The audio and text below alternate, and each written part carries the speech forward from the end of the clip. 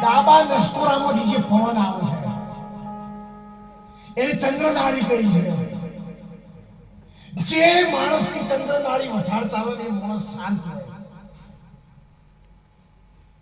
જે માણસ ચંદ્રનાળી દિવસ ચલાવે ને એને જે માણસ દિવસ ચંદ્રનાળી ચલાવે ને